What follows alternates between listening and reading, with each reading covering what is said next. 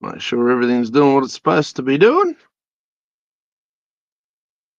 So I love it when a plan comes together.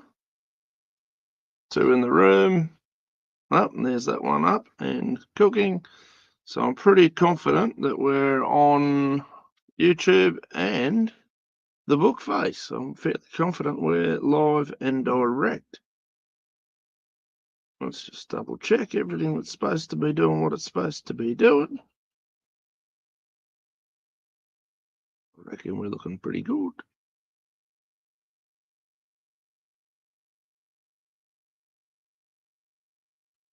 Change the banner over. Different jobs for different businesses, of course. Ha ha, there we go. Now, it says that we're live. Book face. Righto, gang. I think we're just about ready to rock and roll. Right. If everything's been done correctly, or as correctly as it's going to happen with you and I. No, it's a happening thing. All right. G'day, everyone. My name's Anthony Irvine. I'm a councillor on Temora Shire Council, but all the views I express here are mine and mine alone. And also, I've got to remember that I'm also a candidate in the upcoming state elections. You are. Very important to mention that. Independent, but there is I've already been having discussions with some political parties, and there might be opportunities to leverage some of that Anyone stuff. I'm familiar with, or okay, download. Keep it on the down low at this stage.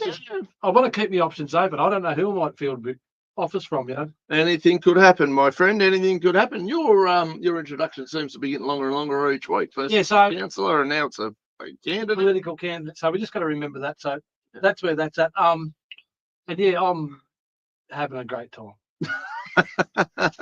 Well, my introduction is going to be the same as always. Dean McRae, answer to nobody specifically as such, other than family, loved ones, and supporters, of course, to a degree. But owned by nobody, and I do this because, well, I can, and I believe in standing for things, and I tend to lead with my chin.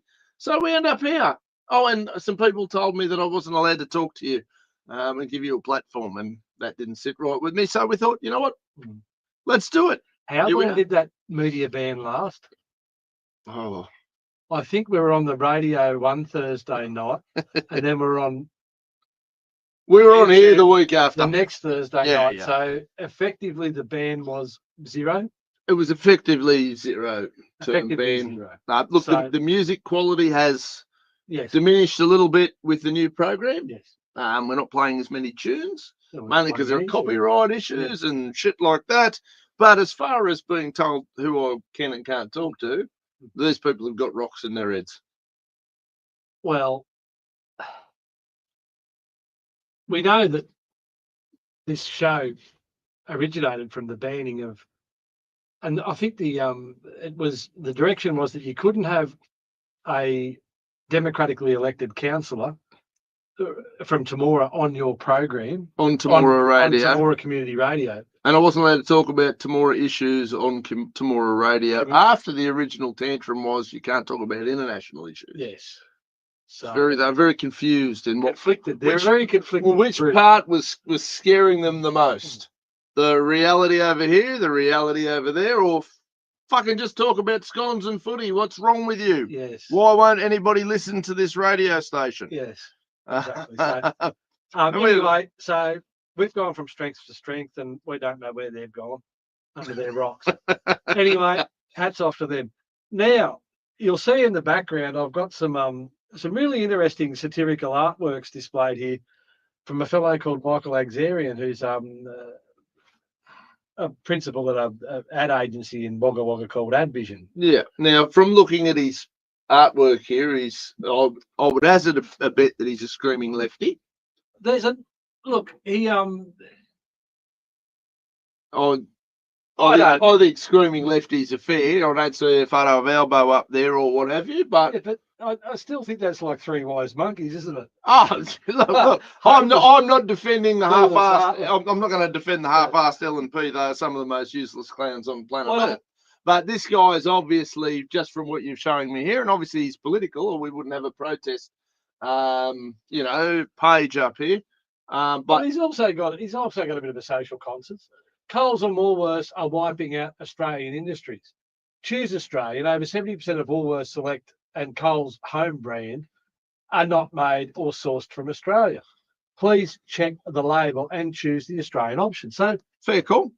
like, I agree with that. Yeah. And if that is factually, and look, don't forget that this is produced at a time, and I imagine that was factually correct at the time. And this is a piece of artwork, so it'll be in context of when it was generated. I don't know the bloke, but here's what I do know. I don't mind that. I think that's funny. To stir. Oh yeah. I got no love for Coles. I think that's funny. Rats.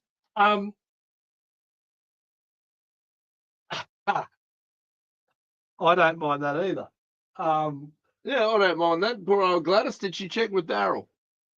Reform now, no lies, no delays, no plebiscites. I don't know what that is, but well, obviously it's got some reference with to rainbows. LGBTQI. Oh, I thought we were talking about the weather, rainbows and things. Could have been. You never can tell. There's a little bit of rainbow going through that as well. Yeah, look, seems a bit nonsensical. But that's obviously that's actually a paid for. Look. Oh well, yeah. Look, and anything the New South Wales government tends to do, I tend to go fucking no thanks. But look, we all know my position in that space is fairly hardcore. I haven't gone in and, like I say, I've just come across this stuff tonight. Sure. Let's stand up for nation. Well, no, the fella's become fairly famous recently, and I think I had to defend him against our former Deputy Prime Minister regarding. Not from I support necessarily. I don't know. Look, Malcolm Turnbull's a spaz, and my good mate David Lionhelm called him a pussy on national TV while he was Prime Minister, and I applauded David for that. Who's this supposed to be?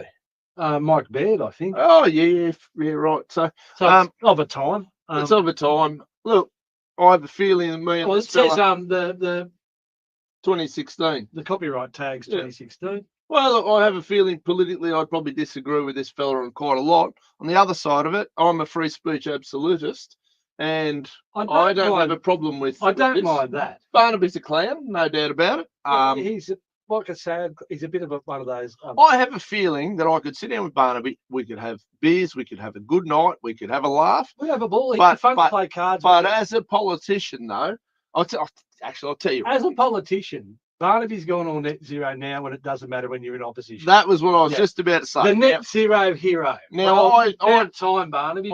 If you remember back to the federal election where I last ran as a candidate. Yes. And I ran against our good mate, Michael McCormack. Yes. Now, poor old Michael, what's his name? Yes. I got into trouble for calling him that as well on the news. Well, he's a bit sensitive, apparently. Very sensitive sort of a fella. But here's the thing, right? During that election, I think it was, I don't know if it was the front page, whatever. All these people started sending me the Daily Telegraph with Riverina candidate declares climate change a fairy tale. And I don't know, there was hurt feelings and all this sort of shit. And I'm going, yeah, bloody hell, I called it a fairy tale. As far as I'm concerned, it's complete and utter bullshit. Now, you're entitled to disagree with me. Well, obviously entitled to disagree with me, but here's the kicker. Mr. McCormack at the time and his mate Barnaby here were banging on the net zero drum, maybe under duress. I don't know. I wasn't in those rooms. But here's what I do know. They called me a nasty human and fucking panicked and all the bullshit about me not being, this net zero stuff and got to save the environment and we got all this sort of shit. And I'm all for looking after the environment. But I don't think net zero is going to do a damn thing for the environment. It's going to destroy our economy. All the crap they've come out with in the last 3 weeks, I was saying 5, 10, 15 years ago. Now, I reckon they've looked at some of your old. They better have. They should have. Yes. And look, I don't care where they get the good ideas from. But what really pisses me off is hypocritical, spineless cowards. And these pair of arse-hats. When you're in opposition and you can't affect any change. They have no power. It's so easy to be the hero. But when you were in power, both deputy prime ministers of the country, if you wanted to put a stop to net zero, dumbasses, that would have been the time to do it. So just saying. I think it's just complete. Neither of them are going to run after this 4-year term. They're going to sneak their way out. They're going to get their nice little pensions, and this is their bang, bang, bang, bang the drum. Because let's be fair, the lefty type organisations, the companies that can afford to give them big speaking jobs at the end of this,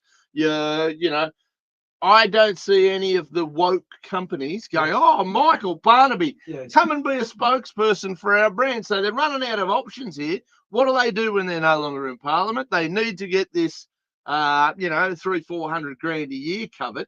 How are they going to do that? Because they've now become accustomed to a certain lifestyle. Let's be fair. They are like a horny housewife of Melbourne or whatever the story is. Yes. And now they're sitting here going, shit, we better hedge our bets. We've got 3 years to make some allies from organisations who are going to struggle to find spokespeople, i.e. the nasty, mean fossil fuel industry, who, if they had any, if they wanted to have a beer with me and talk about some sort of a deal, we could talk about it, because I love diesel, baby. Except I'm not pretending. I just think it's great stuff that works really well. Well, I think These most of cowards, Australia agrees with you currently looking at the sales figures. so they should. I'm right. But these 2 cowards had all the power in the world. You vote me Deputy Prime Minister for 4 years and watch how quickly net zero gets speared out the door. I'll ring the EF, I'll ring the United Nations. I'll be like, hey, dickheads, no, bugger off, thank you. Yeah. Right? No. And they want to do it now that there's no consequences, there's no outcomes from it. The only outcome for these 2 clowns on this, a little bit of public opinion in their local areas for sure, and those 300-400 grand speaking gigs as reps for the British Oil or fucking whoever. Well, I'm not going to throw Gina under the bus because that's the most natural place where they'll go, well, you'll end up working for Gina. And I don't really have a problem with Gina, whatever. But these 2 still need businesses making money and still need jobs. So anyway, let's go a little bit further now. Poor Mr. Agzarian has found himself. So you better introduce who Mr. Agzarian is. We started waffling about his art and digesting that. So this fella in Wagga, he's a graphic designer at Wagga who put a poster in his window at the last election. Yeah, and the poster depicted Clive Palmer, Gina Reinhardt, Peter Dutton, and Michael McCormick in German military uniforms. Yes, I do remember the artwork. Yes, I do remember it hitting the TVs. Now his intent was that they were going to. He was trying to portray them as the characters from Hogan's Heroes and the bumbling people like Schultz. And anyone who's not familiar with that, you've got to have a bit of this stuff on top to remember those shows. But anyway, go back and look at some of them. You'll find them on YouTube, and you'll understand where I think he was coming from. Apparently, at the time, and it was reported in the local media on a number of occasions that the New South Wales Police had looked at it and there was no case to answer. Yeah. But apparently since then something's taken place whereby some information's come to the police and they've decided to change their position, and they've brought charges against Mr. Agzarian. And I spoke to Mr. Agzarian because I can't find anything definitively saying what the charges are. Right. And I can only quote what he's told me directly. So you've spoken to this fella now? I've spoken to Mr. Agzarian. You gave him a call. You went to the horse's mouth. Oh, absolutely. This is directly from him. And he said, as far as I know, the charge is knowingly displaying Nazi symbols. Right. And that is a crime these days in Australia. Well, that's to the best of his knowledge, and that's what he's told me, and that's my. It's a ridiculous crime. Well, no. I consider it a ridiculous crime. There are elements of that regime, and the regime was fucked. Yes, but banning people showing those symbols does not in any way, shape, or form affect anything in a positive way at all, other than the people who share that ideology. For example, even just consider this. If I wanted to do a Google search on Nazi symbols, yes, I could find a web page or a YouTube video that would go into the great symbolism and that the regime generated and how they leveraged this symbolism and how effective it was. Absolutely. But I would be knowingly displaying Nazi symbols. Yes. So the producers of that program are knowingly displaying Nazi symbols, and anyone who plays that content in Australia is knowingly displaying Nazi symbols because you know it's a Nazi symbol. I don't know where the education or well, I don't want anyone educated. We know. And honestly, I didn't see anything in the original artwork that I considered to be. I couldn't see. Look, let's get it over and done with. The most obvious Nazi symbol is the swastika. Yeah, of course. Now, I couldn't see a swastika in that original artwork. Right.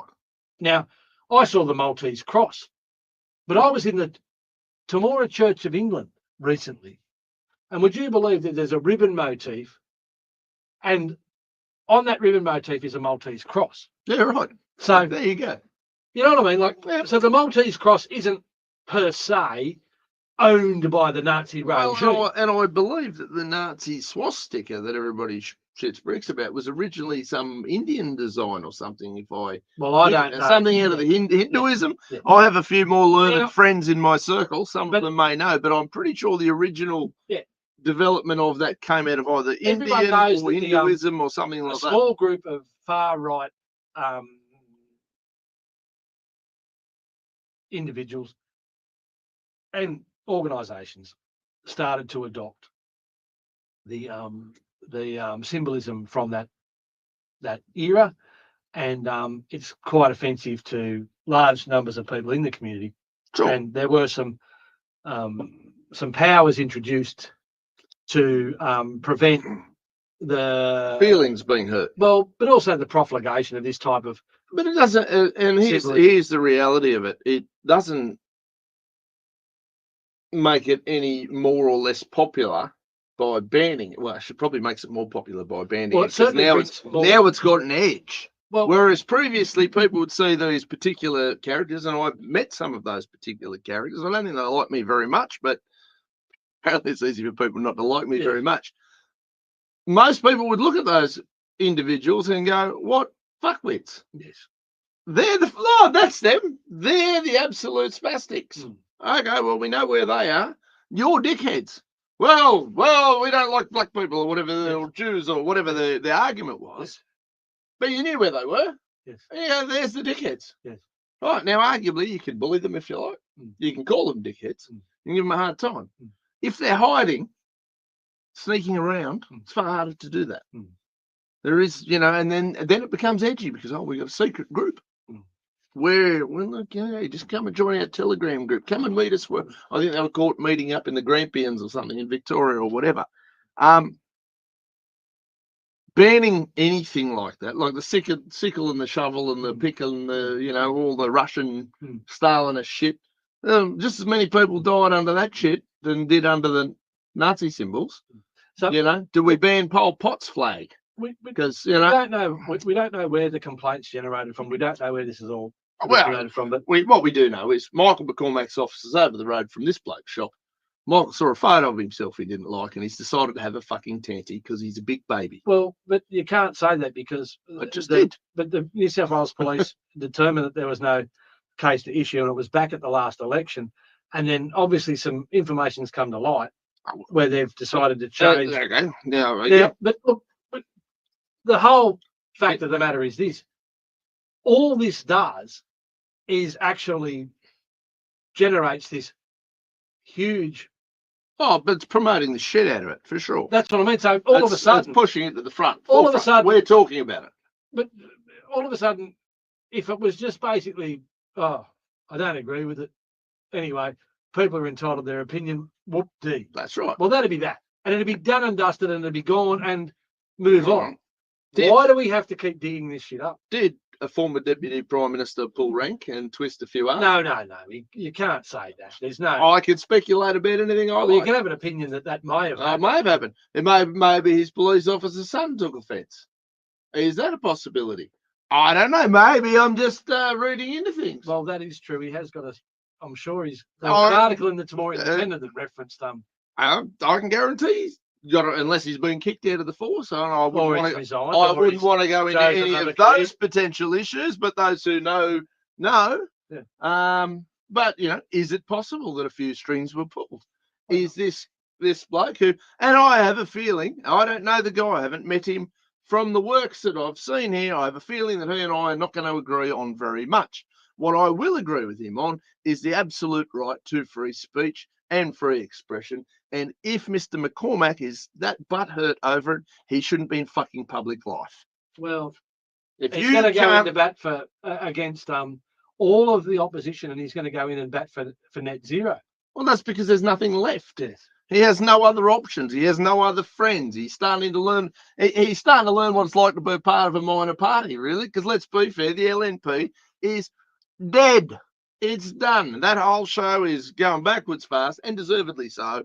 But look, you look at all this. Is this the art, or what is this? No. This is just East stuff on German the police, web. Stuff on Yeah. the web. Like, I mean, I know they're trying to ban YouTube for kids, and they're trying to. Sydney Sweeney got a Guernsey up there. That was pretty good this week. Apparently, she's caused an uproar as a Nazi sympathiser for being a hot white chick in jeans. Have a go at that. She could be my next ex-wife. Well, she's certainly.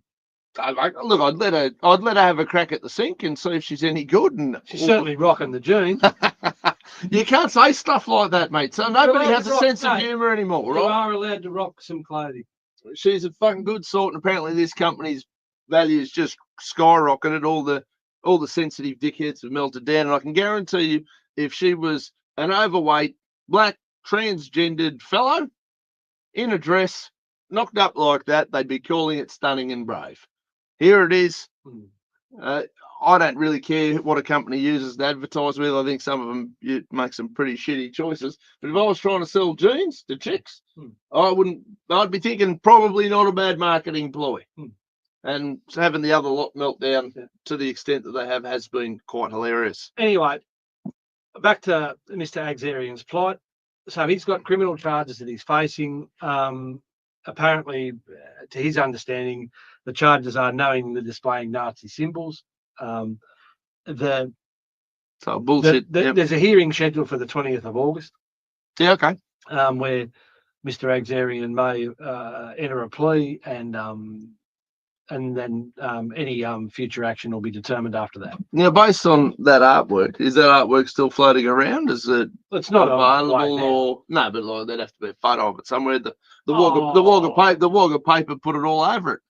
Did they not? So they advertised the living shit out of it. Well, but even if that's the case, then they've knowingly displayed Nazi symbolism. Oh, well, you would think so, but we've got to be careful. Depends who you poke in the eye in this day and age, apparently. Well, it'd be a little bit hypocritical and full of shit. Yes, that's the world we live in. Ironic. It'd be a little bit ironic. It would be. Hey, you are training to become a politician. Be careful. No, but it would be a little bit ironic if the publication that Mr. McCormick used to be the editor for. Yes. By virtue of defending him by showcasing having a photo, disgraceful artwork. Having a photo of Mr. Agzarian's artwork that Mr. Agzarian has to go to court for. Knowingly displayed. And it would be beautiful. Well, it's not going to happen, but it would be beautiful. But it seems to be the You can keep this chick up there if you like. I mean, I'm not against having a look at that. It's not terrible. And some of the things that we've had to look at on these screens are in the local newspaper, and regularly I'm fairly happy with. Well, that's on news.com. Oh, there you go. News.com. So news.com are knowingly displaying Nazi symbols, allegedly. Yeah, Nazi symbolism, because they're news.com, the Australian. Here we go. They're doing it. Well, apparently the Australian have knowingly displayed Nazi symbols because they've reduced Mr. Agzarian's artwork. Yeah. Yeah, and this is the problem with it. Now, I don't look at that, and I can sort of see the funny side. I can also kind of go, calling everybody you disagree with a Nazi these days is pretty standard. Michael's here in the Daily Advertiser with that said Nazi symbolism behind him. So you're correct. The Daily Advertiser is showcasing Nazi symbolism. And I'm sure, look, it's really. But I can't see. I can see there's a. What counts up? On Clive's thing, there's a skull and crossbones, which was like I think it was an SS. But the skull and crossbones is on every biker club, every movie, the Punisher TV, like what a load of bullshit.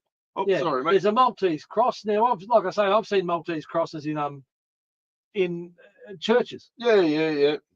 I don't know. This is a pretty offensive symbol. There's not much left in that symbol of any value. Wouldn't it be nice if these guys could sort out their differences and Michael could actually go and see Michael and say, look, I want to run this net zero program.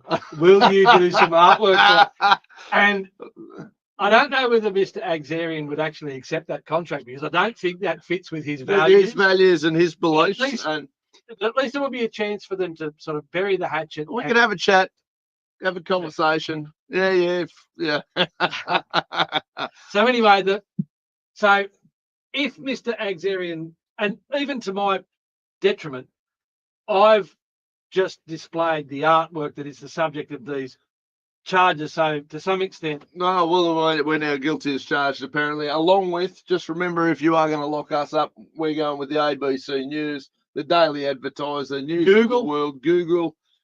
Google. You know, Who Made the TV? Hisense. Hisense, they're done. Well, I mean, look, and that's why I keep saying things like banning this shit doesn't work. It's nonsense. It's got no ongoing value. You know, it just is what it is. You know, I don't buy it. I don't see it as being valid.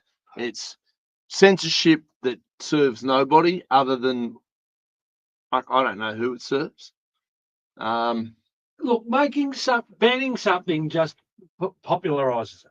Of course it does, and it you know, like, and monetizes it. Look at the cigarette wars. That's not an accident. Look at what happened to prohibition in the 20s in America.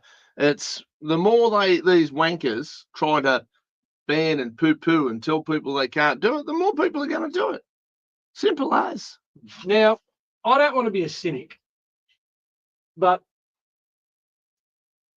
ScoMo went over to America and appeared at a I don't know why we've got him going anywhere. promo, and he was saying how terrible the Chinese are and how much we need to tool up for war, and we need to be very, very careful.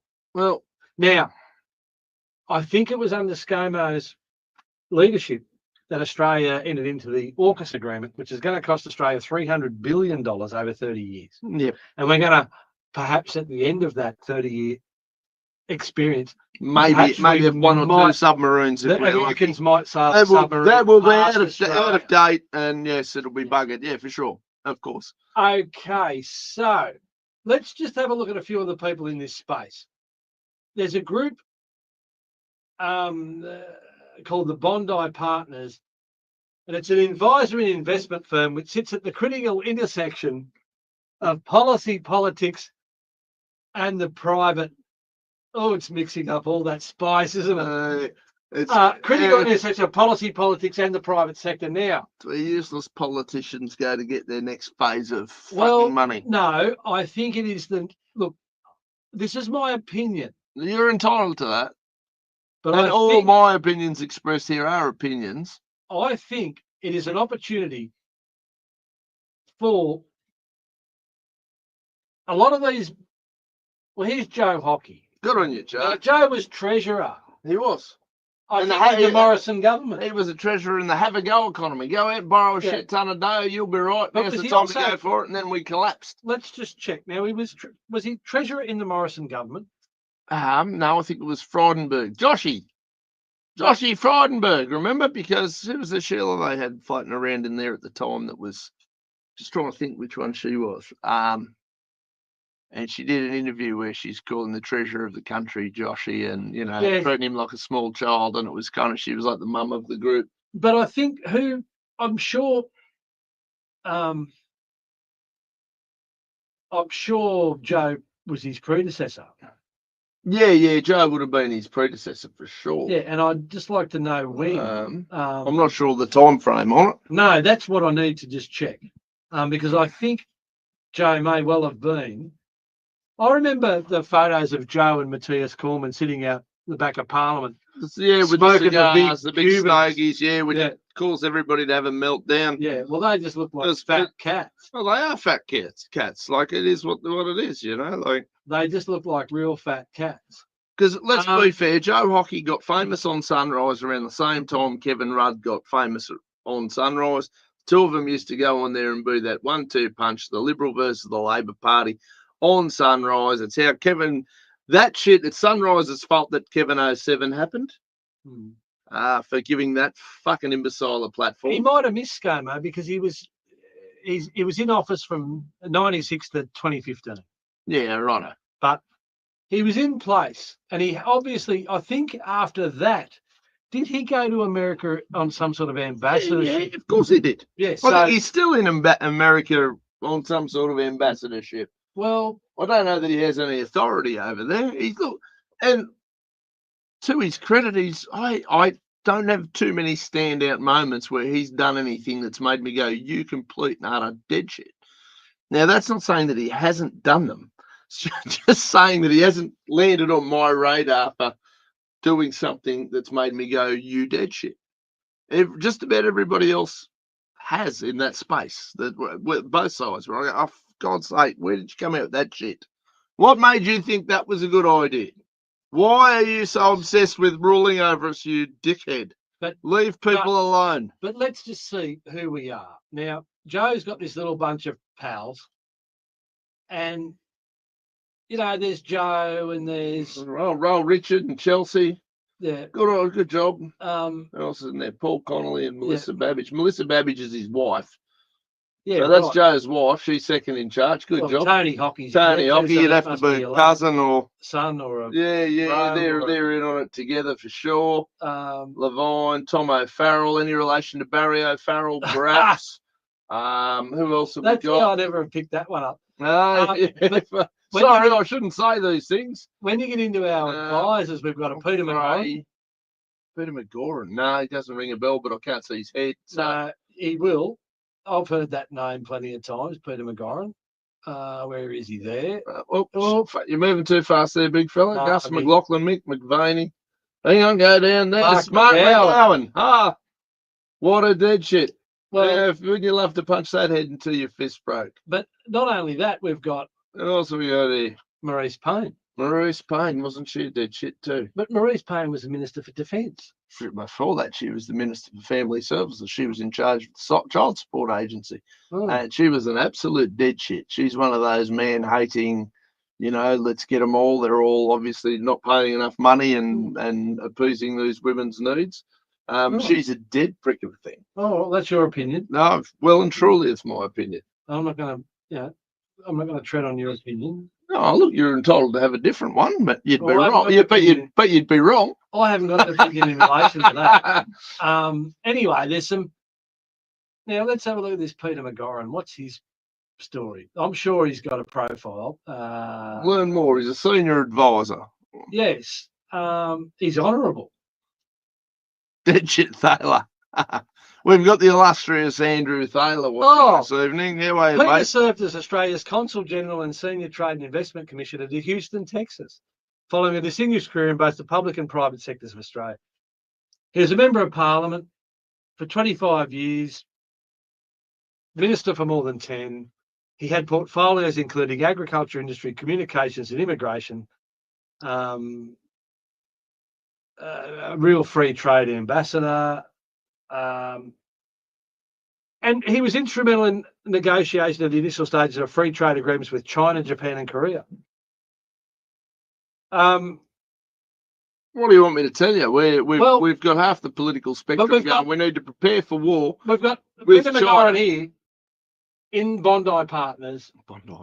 Now, is that like Latham's most recent girlfriend? Is it like Miami Vice? Only fans? Sarsy and Hutch. It's all about Bondi, she reckons. It's all about Bondi. Here we are now. This is something he's sort of trumpeting as an achievement. Initial stages of free trade agreements with China. Now, here we are. We've got ScoMo over in the US saying China are terrible, terrible, terrible. We've got to tool up. We need some guns. Now, we've got Peter, who started it all, obviously. Let's get into bed with these characters. Look at this. How good's this? Missing the whole point that our biggest military threats are also our biggest trading partner. Can we make our mind up? Are we friends with these people? Are we friends with them or do we hate them? Yeah, because financially we're in love with them. Yes. And militarily we're shit scared of them. Borderline dependent. Yeah, fucking borderline. I think we're beyond borderline, mate. We're well and truly beyond borderline. Now, would you believe our friend ScoMo has actually got his own webpage? Where is he? There he is. Why would you do that? You're the most hated prick in Australia. No. Both sides of politics. There's lots of people who like him. Look, look at this. Your own team think you're a fuckwit. This is scummo. scottmorrison.com.au. What a dead That shit. is like, What an absolute world-class dead shit. but I'm telling you, when you go to post politics, this is where you start to see why he made himself captain of the cricket team, the footy team. Well, and this is why Michael and Barnaby are manoeuvring the pieces that they're manoeuvring now. They want a website too. Yeah. What did you do that made me show you dead shit, Thaler? Yeah, you got yourself elected to Snowy Mountain fucking council, mate. If that's not enough for me to call you, a bit like this dead shit here getting elected to Tomorrowshire Council. Well, if that's not enough to make you sick to your stomach. Mr. Morrison works, he's a non-executive vice chair of American Global Strategies, and they are a boutique strategic advisory firm headquartered in Washington. Okay, so what are we advising on? Specialises in identifying risks, seizing opportunities, and maximising value for clients across various sectors, including defence, aerospace, maritime technology, finance, and private equity. Guns and bombs. We need more guns. We need more bombs, and we need a war to justify it all. Keep going so I can get paid. The Space Centre Australia. Fuck, that's a Parliament House. Scummo's going to the most moon. of their ears, yeah. So a global sector enterprise with planned operations in Australia, the UK, and the United States, developing Australia's first permanent multi-user spaceport in Cape York, Queensland. So Scummo's working on that. Oh, good. So I wouldn't let him babysit a set of goldfish. Yet here we are. We've got him working on bombs, guns, and spaceports. He's also got a presence in Canada. The Wellington Advocacy is a Canadian public affairs firm offering a comprehensive suite of services, including government relations, strategic communications, digital and global partnerships. So Scummo's got his finger on the pulse. Oh, look. Mover and shaker. Mover and shaker. What will we do? Dine Ventures is an alternative asset management company focused on investing in national security technology and supply chain resilience for US, UK, and Australia. Tell me that doesn't sound like a corporation run by Lex Luthor at fucking Marvel or DC or wherever, whichever mob he's in. Dine corporations. Luthor Corp. Fuck. I forgive Foundation. No, Scotty, I don't forgive you. Not one bit, son. I think you're a dumbass, and I'm absolutely not going to be giving you an inch on that one, you clown. What else? Oh, Jesus, still going, eh? Mate, he's all over it. I'm telling you. Hudson's interesting. Yeah. So how does he have so much time in his day to fuck up so many organisations? To contribute positively to Centre for New American Security. What do you know about security? He crash tackled a 3-year-old. The Centre for New American Security is a US-based think tank dedicated to developing strong, pragmatic, and principled national security and defence policies. And obviously, if you're going to have a defence policy, one of the cornerstones of that we need some guns. It's all about guns. Got to have guns. Now, I'm all for guns, but I don't want that fat prick having any. If anyone should be banned, that silly retard should be banned. Part of his job is to go around saying, China bad, buy guns. Oh, goodness. I might be wrong. I might be cynical. You could be cynical. If you're cynical, anyway, I don't know where I'm sitting on. So we've got Bondi Partners, we've got Scummo in the background, and, Michael and Barney have gone full on net zero. It's all happening on the global scene. And you know what? If they'd wanted any credibility in the space, that pair of dickheads, they would have backed Matt Canavan for the leadership of the National Party. And I probably would have almost been willing to go, you know what, Matt, I'm happy to give you a bit of a shot here, but as usual, they've just fluffed it. Now, you're familiar with this document, aren't you? Free speech. I believe we scanned through it here one night, did we not? Now, this came from the Department of Planning, Housing and Infrastructure. It's a free speech in local government in New South Wales, a guideline. And it was released on about the 3rd of June, 2025. I believe that what we've covered off tonight so far would fit within the guidelines for free speech. I think we're allowed to express an opinion. Oh, look, I'm sure at some stage they'll want me in a cage for my opinions, but anyway, until that day. Yeah. So I don't believe that I've had any conflicts of interest or any other matters here so far tonight. Depends. Do you own any guns? What about bombs? Well, I certainly don't know any defence companies are going to profit for any of Mr. Morrison's decisions, and certainly I'm not in any position to influence any of those decisions at a local Temora council level. I don't know. Look, we have local councils all over the country making demands of Palestine and Israel and Ukraine and Russia. Yeah. They do it all the time. Why can't you? Yeah. So I believe that currently we're within the scope. Well, you're within the scope. I'm adhering to the guidelines as published on the 3rd of June. Yeah, right. Well, there you go. We do our best to keep you somewhat compliant. Well, this document has been really helpful because up until the release of this document, it was very murky, open to interpretation. And there was a lot of interpretation. There's some really interesting things that they touch on here. The guideline provides guidance on the following: the implied freedom of political communication under the Australian Constitution. Well, that's nice, isn't it? It is so, nice. As a politician and which you are now. Well, I'm an elected representative. You're an elected representative. You're currently contesting a state election. Why the ability to freely engage with the community is central to a councillor's role. I would think so. Yeah. And also as a candidate in the upcoming state elections. So, you know, the High Court of Australia has found that the Constitution contains an implied freedom of political communication, which imposes limits on the laws that Australian parliaments can make. So the implied freedom of political communication as established by the High Court, it's a constitutional principle that ensures Australians can make informed choices as electors. It's not a personal right, but rather a restriction on government's ability to interfere with the free communication of political information. Yeah. So it's important to note that the freedom of communication under the Constitution is not absolute. It can be limited by laws that are reasonably appropriate and adapted to serve a legitimate end, which is comparable with the maintenance of representative and responsible government. Well, that's fair. Fair indeed. And I don't believe we've breached any of that. And I would hope that the matters that we raise are legitimate matters that.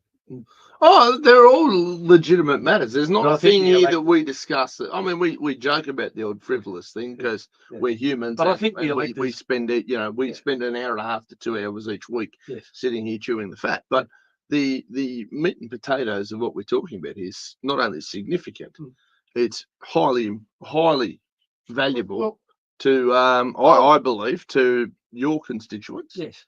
And you know, I think it's highly valuable for our free citizenry. It's interesting to note, though, that like we've all seen massive targeted hit pieces that have been directed towards me. Now that silly spaz is retired, I saw. Yes. However, will we cope? You know, but while trying to flog off a 10 grand car that's worth about $1.20. But when you're copping attacks like that and you're not even allowed to defend yourself, I think that's a little bit unfair. Well, and your council doesn't stand up and defend you relative to those matters. It's a bit unfair. No, well, that's because I'm pretty sure that the bloke in charge of that council probably wrote the article and went very fucking close to it. Well, the mayor certainly approved the media release referring to my censure. And that media release was written by the general manager. Yeah. And then Mr. Cunningham's grabbed that and incorporated that to give his article some credibility. And because council haven't come out and denied it, denounced it, and declared they certainly haven't called Mr. Cunningham out to provide some of his sources or to verify some of the claims he makes. Or to mention that a couple of the other councillors aren't exactly smiling either. That's only one of them. I mean, that's outrageous, you know. But how were they all not grinning like complete idiots in that photo? How were you not? You must.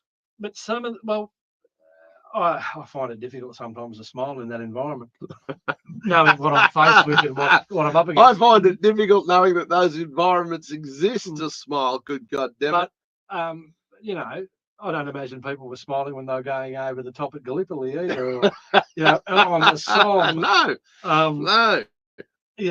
And I'm not implying that what I have to go through even comes even close to that, but it's still a dirty place to be.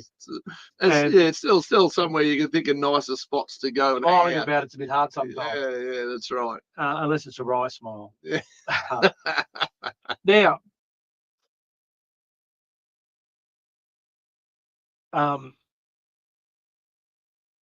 all that said, I believe we're having a massive impact.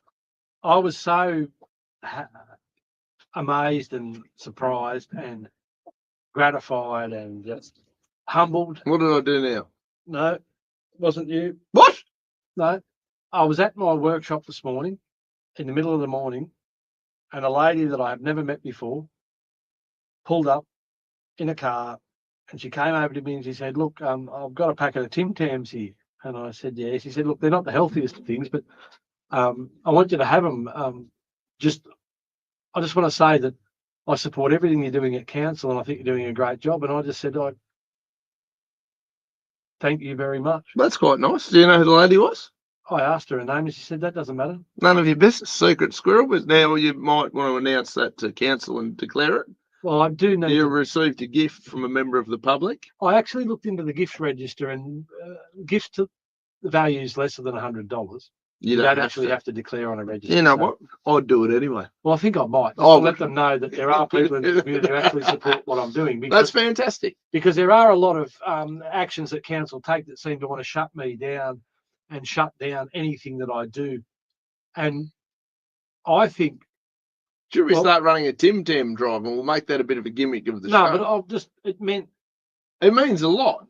And I reckon you could take some symbolism out of it and turn it actually into a bit of a thing. Well, like I say, I just think it's nice when, the Temora Independent are giving me lemons, and I think Tim Tams. This lady made lemonade. Well, they should make Tim Tams. And if I've got a choice between Tim Tams and lemonade, I'm all for Tim Tams. So anyway, I've had a great day. Well, that's excellent. And that's I believe it just meant so much to me, and I want to thank her from the bottom of my heart. And it does mean so much to be appreciated. It takes a lot of effort and it takes a lot of work. I have said before that I don't want to be put up on any pedestal as a lot of this stuff's just getting a lot of shit off my chest and helping me deal with the way I've been treated by a group of individuals. And if I happen to help someone in the process, that's a bit of a side benefit. A lot of this has really helped me deal with the way I was treated.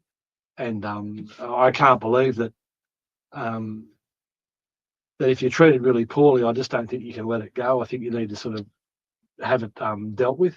And if you believe that something like local government's being run really, really poorly, and you've got the ability, I think it's a worthwhile thing to actually roll the sleeves up and get in there and try and make some positive change.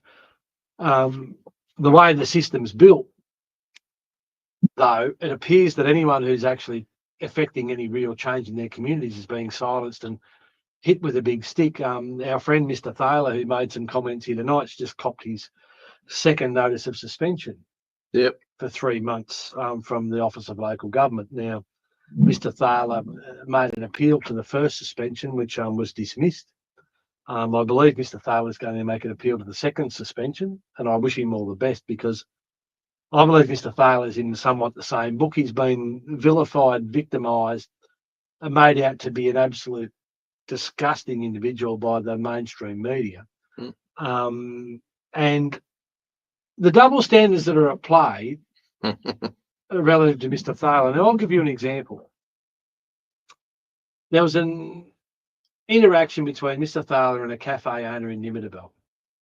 Now, initially, New South Wales Police charged Mr. Thaler with assault as a result of that altercation. Yep.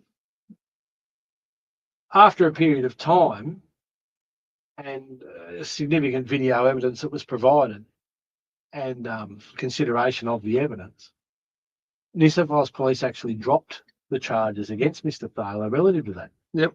And then they've subsequently turned around and they've actually charged the woman involved with assault against Mr. Thaler. Now, that individual has pleaded not guilty, so this will go to a hearing. Yep. And not a word from the media. No, of course. From the mainstream media has been printed.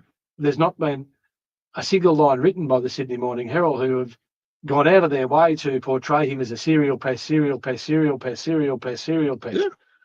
hater, serial pest, woman hater, assaulter. Yes. It would be nice to see some fair and measured coverage of this. And for the Sydney Morning What colour unicorn would you like me to get you for Christmas, Councillor? It would be nice for the Sydney Morning Herald to probably print. It's not going to happen. They would rather chew glass and burn themselves to the ground than apologise for the fact that. Well, not apologise. I just mean some fair coverage. They don't have to apologise. I can think of plenty of things they should be apologising for. Yeah, but they don't have to apologise. Mr. Thaler, I've found in my dealings with him, I've known him for a couple of years now. I don't know him well. We have never hung out at each other's houses or anything like that. I did visit him in Nimbidabel during a by-election. Yes. We hung out a little bit, and I spoke to him about his candidacy and things of that nature. I found him to be fairly direct, fairly honest. He's got certainly very committed. I don't have a problem with people who don't have filters. I mean, no, he doesn't have many filters. I struggle to have filters as well, and I can understand his frustration. But the way he's treated by media, and then when you see the following that he has built up as well, he's got enough support to get into council. I believe Hillary Clinton called them all deplorables. Same those deplorable bastards that got you in there as well, no doubt about it. Oh, here we go. The woman is charged with 2 counts of assaulting him. There you go. Now, this is on ABC News. This was released yesterday. Failed to express or demonstrate any remorse. What remorse would you wankers like? Please explain.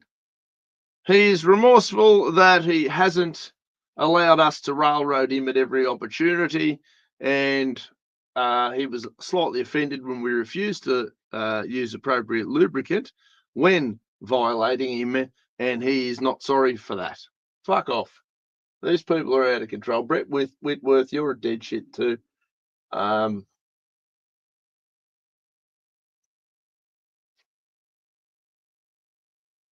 Yeah, so targeted and intentional. Yes, if I call someone a fuckwit, I'm very, very clearly being targeted and intentional in calling them a fuckwit. Anyway, so that is unfolding for Mr. Thaler at the moment. And look, and when it Mr. seems that Thaler anyone wants to come back in on the program, he'll obviously be more than welcome to come and have a yak. And certainly you'll get fair and balanced reporting from us. My reading of the situation is that Mr. Thaler has only been on council and only been calling for council to do what I consider to be some pretty important jobs that they neglected over a period of time. He seems to be representing the interests of a large group of the community, and he's being flogged in the process. So, unceremoniously flogged and publicly vilified and suffering great detriment to his reputation. And and it's the same playbook they use over and over and over again. But what I do believe is, in every council in New South Wales now, there are people emerging. I don't put myself in the same category as Mr. Thaler, but every council has a... Jane Argentin, she's just served a 3-month suspension after. And let's not forget, council elections only happened equivalently of about 15 minutes ago.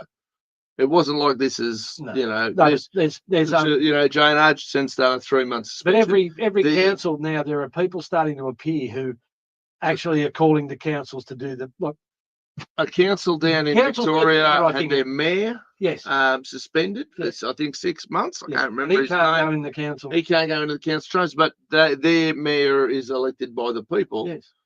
So he's elected by the people, and then the other councillors who manage to get on go, we don't like you, so you're gone. Where does the line between what the people want, who are the voters, and the people who matter, versus these little bureaucratic wankers who are just loving this shit? My sympathy for them is getting less and less on a weekly basis. One of the things in my state election campaign will be a focus on the toxicity that exists in local government, and it's widespread. In my belief, it's just a constant stream of bullying, harassment, intimidation, and it really is the absolute cesspit of workplaces and the really lowest environment going. And it's just so sad, because local government done well can be fantastic, but there's so much secrecy, there's so much I oppose its very existence, but yes, I do agree. There are some modest things that are nice, sure. Yeah, but we don't get to have nice things without the corruption and without all the rest of it. No, there needs to be some. Look, if you open it up so that all of your decisions are on the table, and look, I'll give you an example. Currently, the guidelines are that Temora Shire Council should live stream the meetings. Their meeting. We've told them. We've discussed this one. Would you believe that the most recent meeting is still not up? No, it is. Oh, is it? But it went up 12 days after the meeting. How heavily edited was it before it went up? I haven't had an opportunity to review it. I've been really busy, but I will, because there's some items in there that I want to double check. Yes, and we shouldn't have to worry about that shit. But I can guarantee you, it's just supposed to be live streamed at the time, and they can't get the frigging thing up until it's almost halfway through the month. Which is ridiculous. We manage to live stream this every week. Yeah, and it's there. It's unedited. Technological retards with no budget. I've worked out. Some people go, "Geez, you're so good at this tech stuff." I go, "No, I'm just working shit out." I'm a little bit better than some. If you keep pressing buttons, something will happen. I'm 100 miles behind some friends of mine who are super duper at this stuff. You know, I've just worked out some of it, and I've found a little bit of a niche. What do you do? But if we can do it, and we can do it from your humble basement here, where we are, a bomb shelter, basement, HQ. But we can do this shit. I can do this shit off a phone, walking around a car yard selling cars. Now, if I can do it like that, how is it that an organisation with, I'm not going to say unlimited resources, but an awful lot of stolen money at its disposal, how can it not organise a phone to sit on a table, face the monkeys in the zoo, with a microphone up? It's pretty easy to do. Again, I can even figure that shit out and live stream it straight out to the world. Now, again, I've offered before. I'll offer again. If we're struggling in that little arena and you'd like me to donate a couple of hours of my time to come in and, I don't know, show some of the paid employees how to do said live streaming, and I can, as I've said before, I will even donate this StreamYard platform that I use for council's purpose. I'm more than happy to sign any, disclosures that say that, I won't play with this shit or use it nefariously. Happy to do that. I'd be more than happy to do that and set it up so the passwords were separate or something, whatever. I'd be more than happy to facilitate that in the interests of truth, transparency, and a local government that is accountable to its constituents. I think that would be excellent. Those good looking blokes. Jesus Christ. How haven't we got more cheerleaders and stuff running around out the front? I'm surprised we haven't got more groupies. Oh, no, it's going. You got a guitar in the back, and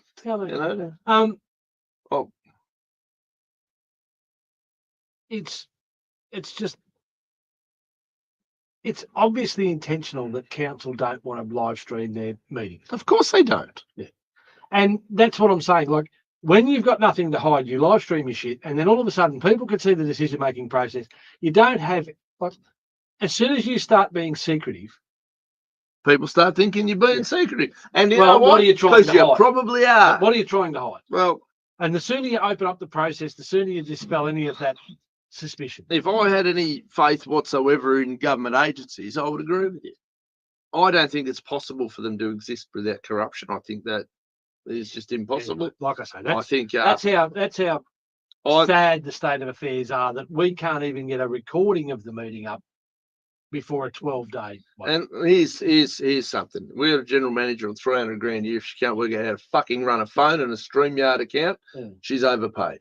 Well, Like And I would imagine that that's her job at the very least. If she can't, if she doesn't know how to do it, one, I'll take the time to do it for you for free. I won't even bill the people a damn thing. Two, I'm sure there's somebody in that very, very modern office up there, I believe. I don't go in there very often, to be fair. But I believe there would be somebody in there with more than enough wherewithal to drive a little system like this. And I don't think it would be very hard to put together a procedure so that if that person was away for a certain day, that someone else could come in and go, press power button. Did we not do that while I was away last week? Press something else, yes. Is that not what we did last week? Yeah. I wasn't here to drive it. You trained me. I was the monkey. And it worked. You went, look, and it worked. Wonderful. So the only reason that there is not a live stream out of Temora Shire Council is because they don't want one. They're obviously hiding these meetings and they don't want people knowing what's going on. It's the only explanation. There is no if but maybe explanations. Oh, we don't have the tech. We don't know how to do it. That shit might have flown 10 years ago. Doesn't fly when I could arguably build an entire TV show, movie, whatever production in life you want. Hell, we made a song on here in about 3 minutes a couple of weeks back. Yeah. Don't tell me that nobody down in that building that's on the 200, 300 grand pay scale can't figure this out. Oh, look, if there's a will, there's a way. Now, I'm critical of those elements of council. Would you believe that I logged a issue on the councillors' request register on Monday? Councillors' request register. Yeah, so councillors, we've got there's a portal that we can log any anything that we see in the community that we need. We think might require some attention. Yeah, right. And there was a couple of parts of the walking track out at the lake that had been washed out, and there was like steep ledges, and it was an uneven surface, and in low light conditions, it would have been conceivable that someone could have fallen over without too much trouble. Yep. Okay. Fair enough. Would you believe that they're fixed tonight? Oh, that's good. So that was Monday. It got logged. Thursday, it's fixed. So that's good service. Yeah, sure. And that is the system working whereby a councillor who's representing the people and the electors who logs an issue and just says, look, guys, when you get a chance, can you please look at this? Yep. They look at the photos that I've submitted with the request and they've gone, yeah, we'll have a look at that as a priority. And they've obviously prioritised it because that's gone through and it's Thursday and it's done. That's it. So, very rich. So whoever's taken care of that, tick, great work, thanks very much. Yep. Couldn't ask for better. Yeah. No, and that's you got to give the good with the bad, the compliments with the critique. Like, of course, I'm okay with that. You know, if they do something that I believe is sensible, I'm not out here just to shit can people. I'm not. Yeah. But yeah, we've obviously got some massive issues. There's some huge issues. I've got to go to NCAT later this month. That's an unfamiliar place for you to be, mate. Well, to still try and get the remainder of this agreement that council entered into on behalf of the people with our previous general manager, Mr. Gary Lavelle. Yeah. Now, there's only about 4 or 5 paragraphs that are still redacted, but I imagine there's some concerning. Like, if they don't want those exposed, but what's the big deal? Yeah. Now they're going to say, well, what's the big deal? Why do you want to know? Well, because you want to hide it. Yeah, exactly. That's the only reason I want to know. If they hadn't have been so desperate to hide this shit, I wouldn't have been so interested in finding out. And the document has uncovered, like, I'll give you a scenario, and this is, I don't know what's under these paragraphs, but can you imagine the document? We know in the stuff that's been released so far that Mr. Lavelle was going to be engaged on an award staff contract as an executive manager, but Mr. Lavelle wasn't going to be required to perform any duties. Yep. So basically, you've got a job, but you don't have to do any work. Yes. Imagine if under one of these paragraphs it says, but council are on the hook to buy you a motor vehicle. Yep. Yeah, new car for you, sir. But you'd have to ask what the reasoning would be or what the requirement would be for a motor vehicle for Mr. Lavelle if he wasn't performing any duties on behalf of council. He would like a new car. No, but I'm just seeing the reasons why you would issue it, because I'd like one. It's only, this is pure speculation, but these are the things that might be under. Yeah. Are we getting a new? Yeah, here's a caravan as a retirement plan. Yeah, here's a laptop.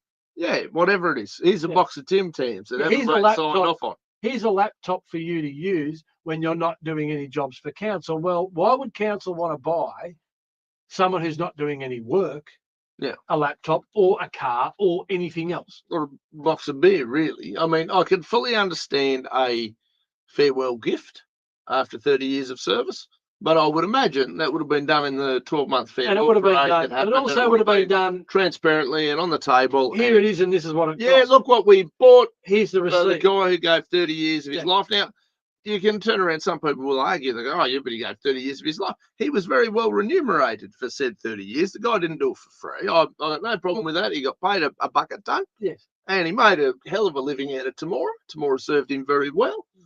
I just want to know what's hidden. What's the secret? Well, the thing is, and this is the big sticking point, is this agreement was entered into by the council who represent the people on behalf of the people and this individual. Yeah.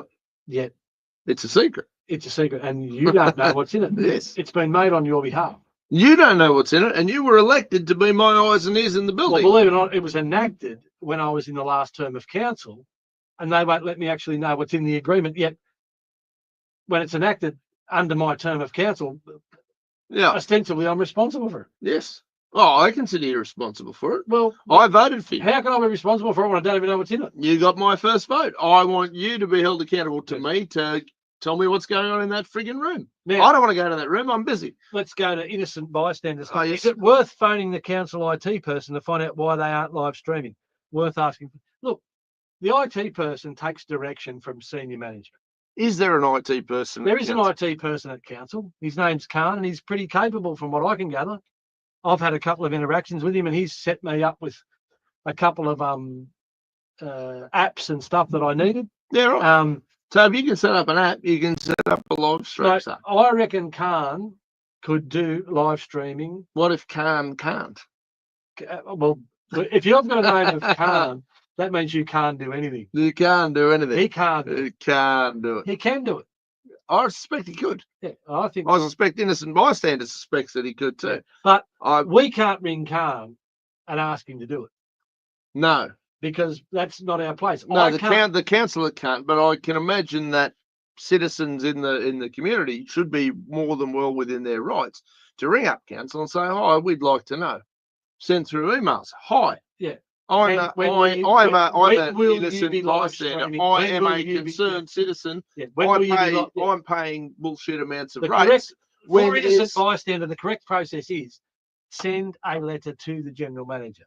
Yeah. And the question would be, please tell us when council meetings will be live streamed. Explain to we the people when these what the rollout plan is for this very when will they be live simple yet significant and what process. will the costs to the community be? Yes, $78. Hell, even if you don't want to do it with my account, I'm happy enough to share it. Yes, second. I would do that for the great town of Temora and the people. It's good. It's all about the people. All right, we're going to start rolling into tying up some loose ends. Yeah, we've had a fair bit, and we've had a couple of weeks. Well, 2 weeks away. Temora's favourite auntie. She's going all right. She's back home.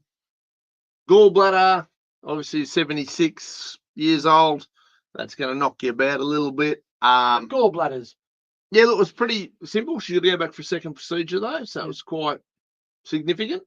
They apparently stopped counting after 10 stones or some such business. Pretty significant. So she's on the shelf a little bit.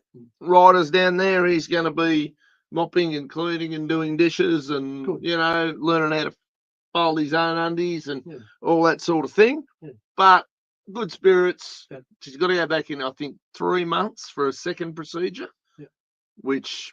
I would have liked it if they just got in and got the whole lot done. But anyway, they don't listen to me, these medical folks. But obviously they're quite comfortable that she's fine and she's well and she's in no pain and she's exactly. And she's a bit worn and torn, but she's all right. She's good. If the remaining stones were to pass and they do an ultrasound, is there a possibility that the second procedure won't be required? I don't know. No. So, again, there's a woman with 15, 16 brothers and sisters, and give or take a couple that have died, whatever.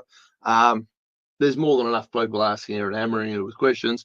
My job's to make sure she's comfortable and safe, and she's well, and she's home, and she's well. Yeah, and she's all good. Well, So that's what she's going good. That's what the community need to hear. That's the important one there. Everybody How did understand. you trip away for the young fellas' sports? Oh, I think the Southern Inland Rugby under-12 boys got a bit of a lesson in just how good at rugby they aren't. Oh, that's good. Not saying that they know. So look, obviously I'm a bit of a harsh judge. Some parents declared me, but they didn't get the wooden spoon. But holy shit, they got a couple of early floggings, and all these poor bright-eyed kids who thought they were world beaters got down there and they worked out that, wow, we're a long way off here. They ended up winning 2 games, which meant that they weren't at the bottom of the table. The way they break it up is they break it up into pools. They sort of split the city kids from the country kids. I mean, the Penrith team was all the players there. I think I would have been the smallest player on their team for under 12s, you know. So they do some things like that, and they play off. They break it in the end. They break it down into 3 tiers. Of kids, which is kind of nice, but it's kind of a bit that every kid gets a trophy almost. Oh yeah, but pros and cons. There is an argument to be said that why would you go and put a team that are obviously at that level, against the team that's at that level? Oh, look, it's just not a competition. So let's get those teams. They played the first round of games, and then they sort of went. And I'm not sure the exact look. There's a couple of things. If I'm in charge of something and running something in an official position, I'll take a really active role in it. If I'm not, my job is to, you need me to grab some water? Oh, yeah. No worries. You know, you want me to be a tackling dummy for the kids? Oh, geez, I come back sore. I was a dead set tackling dummy. I put my hand up for it. I let Ryder beat the piss out of me. Then I let a heap of his teammates just run at me and smash me. And, you know, the theory being if they can belt me, surely they can keep up with a few of these other 12-year-olds, bigger 12-year-olds, you know, like, so anyhow, it was all good fun. But yeah, they missed out on the wooden spoon by 1 game, which was good. I thought the coaches did a really good job. They had a lot of disruption to the team. So look, if I wanted to go through and be really critical, I'd be like, why they didn't train weekly or fortnightly or something. They had, I think, 3 sessions in total. Because of the floods up that way, it got postponed. So it meant the original head coach wasn't even able to attend. So he sort of pulled out with the original manager and then a few other. That's the tyranny of distance when you come from the country and you can't. Absolutely. And a few of the players sort of with the floods up there that changed the dates all of a sudden meant, well, I can't play. It also meant that Faye Kober got a call up. Local girl, Faye. Beautiful kid. She played like an absolute champion. I was very proud of, one, her getting a Guernsey, but the way she carried herself. I just think she's a fantastic kid, the way she goes. Young Joey Reardon played his ticker out. Great little fella.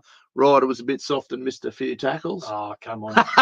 Sound like a dad there. Yeah. No, he would have had a go. I'll tell you what, I reckon I'm a pretty fair judge. In the 2 games where that team were real shell-shocked and got flogged, I thought Ryder played his best 2 games for the tournament. When the team picked up and started to play really well, I think he was too busy looking at the little girls on the team. Now, that's just me speculating, but that was my analysis of it. I thought he played really well early, and then he got a couple of knocks and kind of just lost a little bit of confidence. But in saying that, I'm obviously far more focused on his performance than any other kid because I'm not the coach of the whole team. And the good thing about those big combines is they do come under the eye of talent scouts, and they end up on the radar somewhere. So even if you're in one of those teams that get a fair flog, and if you show some signs that you've got a bit of ability, you're starting to get into the conversation, and you'll be sort of potentially noticed, or you know what I mean. Like, so the Southern Inland Rugby is a bit of a feeder club for the ACT Brumbies. So that's kind of the lead in there. And they're starting to do a lot more pathways and stuff like that. Whether any of these kids are going to land there, I don't know. Time will tell. Don't worry about that. They've got to have fun. They've got to enjoy their sport and get as many. This is fun stuff. What's wrong with this guy? As many broad experiences as they can. You can't pigeonhole them at such a young age. You're going to become a green or a hippie or something. No. I've had kids. No, but look, it was a really good, well-run show. I did think, oh look, we met a lot of the parents there, Yeah. which was good. We actually sold a patrol out of it. That was interesting as well. Yeah, Yeah, you go. a couple of new, and like it's hard because I'm not super social. You know, I don't go down and hang out after rugby or whatever. I go watch my kid play, and then I kind of get on to the next project or whatever. I know that Ryder sort of finds that frustrating. Oh, we can't go down with all the other parents and hang out and mate, I've got fucking a list as long as my arm of shit I've got to do. Hey guys, how you going? I'm busy. So you know what I mean? But while we're up there, I didn't have anything on my plate. So I got to hang out with a few of these other rugby parents and dads and mums, and you know, it was interesting. And anytime we went away for rep sport with any of the kids, we had a great time, and the parents were always great fun.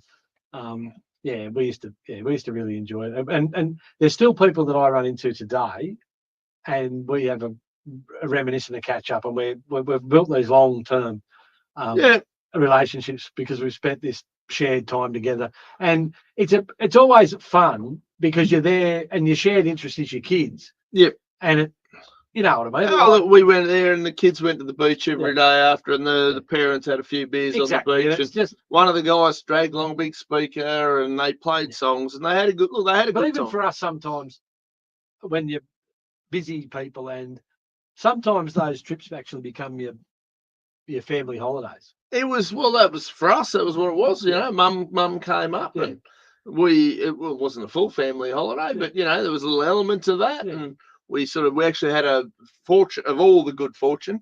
We had an uncle and aunt who own a house in Foster Tuncurry who happened to be on an Australian tour. So they've got a lovely home sitting there empty. So the accommodation was the right price. Yeah. You know, so the only problem there was, and if we wanted to go in and have a few drinks, we obviously had to taxi it in or, you know, solve little problems like that. But, you know, like, I mean, it was a good fun weekend. And then, of course, we went to Melbourne. Yeah. What was it, Thursday, Friday? Yeah. So that was interesting. Ryder got to come on a work trip. Yeah. So he's like a grown-up now who just goes on boys trips to the footy to Melbourne. Watching that kid cruise around Melbourne was funny as. That sounds like it was good. He had a good time, you know. Like Nissan paid for the tickets, so we were. Yeah, I got a bloody flat stick as well.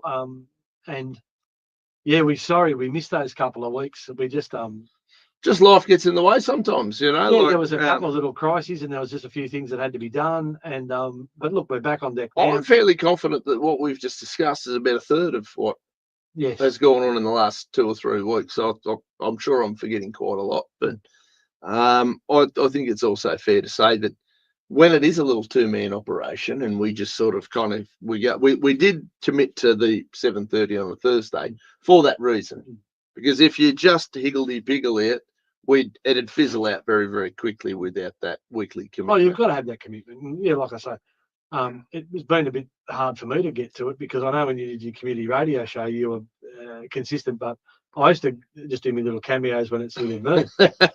Yeah, did up your requirements for output, but that's a big part of this sort of stuff too. Is if you're going to do it, you've got to be committed enough to show up, because these people are showing up every week to support, bring your Tim Tams, and buy our new merch. Yeah. And look, we haven't outright launched merch yet, but I have been asked about merch, which is interesting. So that'll land on my job list this week. The one thing I suppose I just want to wrap up on is it's really interesting to see that Mr. Agzarian's being charged for displaying some artwork, but it's more independent, don't get charged for absolute slanderous bullshit. Yes. Yeah, well. Anyway, that's a whole different set of wrap it up. Circumstances. But yeah, look, everyone, thank you for tuning in again. Obviously, we're going to get a bit of a roll on again. Everything, so I don't have anything booked in. So unless something dramatic happens, it shouldn't be happening. I've got stuff booked in everywhere. But look, I have, but I've got my Thursday nights sort of leveled out back to kind of semi-normal again, semi-normal. Till the baby arrives in 8 weeks or something. So that'll rattle a few cages. Yeah, that'll be right. That'll be fine. It's just never dull, is it really? How's business and work? You got plenty on?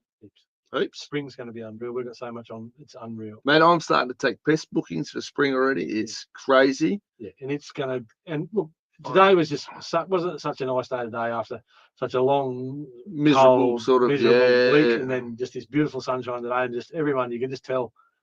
You can see the crops growing in front of you. It was unreal. It's going to be a good couple of months. Hopefully, it'll be good. Everything's going to be fun. Yeah. So, ladies and gentlemen, thank you as always. Yeah. Thank you, counsellor, for thank you very much for that very kind lady this morning. You made my day. We'll hear about this for the next 6 months. Oh, look, I'm telling you, no, it was just a lovely thought, and it means so much. Look, actually, absolutely, it is. It takes a lot of effort, and sometimes you just feel like. Sometimes when you feel like you're both punched in the face over and over and over again, and somebody comes along and says, "Here's a box of Tim Tams," you go, "I can take another 10 punches to the face. I'm ready. I'm ready to go again. I'm pumped and locked and loaded." And that's a big part of this, is that without that sort of, and it's quite often the small support. Mate. You don't need $1 million check. You don't need riding a Ferrari. You don't need a statue of down in the. All I want to create is an environment where people can come forward and express their opinions. They don't feel like they're going to get bullied, harassed, or put down, or attacked by the gang. That's what I want to do. Yeah. I want to just get rid of the gang, open this joint up, and let's all get on together, and let's get something really happening here that's really worthwhile. The gang have been trying to get rid of you and I now for the last 2 years at least. And I think the gang is starting to work out that we ain't going nowhere, and people are starting to work out that the gang ain't quite as powerful as they thought they were, and there's quite a few people who are starting to get that. Oh, well, okay, maybe. We'll get in behind us. Absolutely. We'll clear the road. Yeah, no problem at all. I've been leading with my chin. That's why I'm so pretty for such a long time. But no, thank you all. We do appreciate it, and we'll see you next Thursday night. Unless the world won't end. We'll be here. It won't end. Are you sure? We will be here. Thank you very much, guys. We'll tune in next week.